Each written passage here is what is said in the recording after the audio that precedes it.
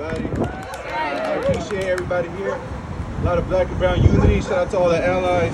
And today, I'm gonna share a story with y'all. I grew up right here in Hunters Point.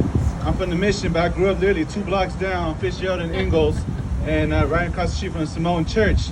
So when the brother Mario Woods got executed by SFPD, it was real personal because I waited at that bus stop, the 29 bus stop, every morning.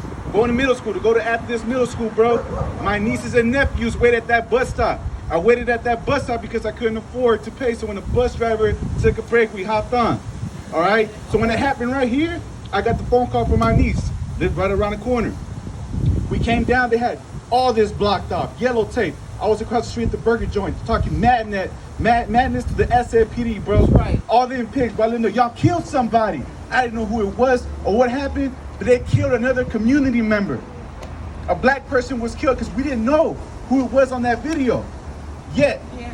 And we came down here, and there was different people passing by, and this makes me sad to share, but this wall right here has bullet holes still in it. For those of y'all don't know, there's bullet holes on this wall where his mural is. Yeah. You understand? So we came, there was still like water and blood washed up on the ground, man. It was some sad stuff. There was a guy here who had a video, and he showed us that video, and we were like, wow, bruh.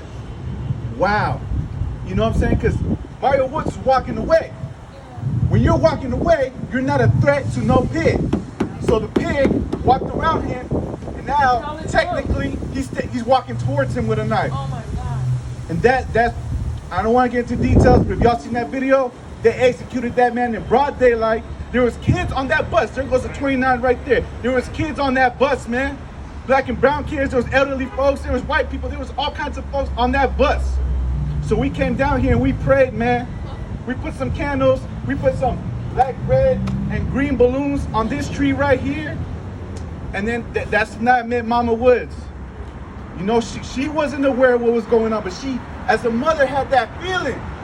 She knew there's a connection. I just had my first child. He's a month old. I can't imagine, bro. I have sleepless nights. I love that boy. So it takes a lot to raise a kid to get to that age where they're walking and breathing and alive and recording videos and music. It's awful. Everyone here was a baby at once. And I don't know who raised y'all, but y'all made it here today.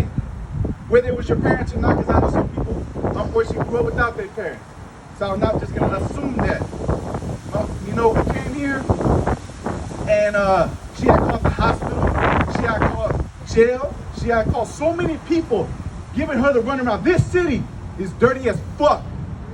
It's not progressive, it is not liberal, it ain't none of that. They're dirty, right? So we were here, one brother made some calls, and from there, we all rode down to 850 Bryant. We rode down, it was like almost 1 a.m. It was probably this cold. Yeah. It was around this cold. I remember we had peak coats and shit, man. We drove down to 850 Bryant, man. And some people had just met that day. We didn't know each other. There was like 1 or 2 people that I knew that night. My homie Tango back there, he was one of the brothers that was here. We worked together and we went. We just met Mama Woods. We drove down there and they broke her the unfortunate news. It was very sad. It was very like disrespectful the way they told her. I remember it was a black cop and a white cop.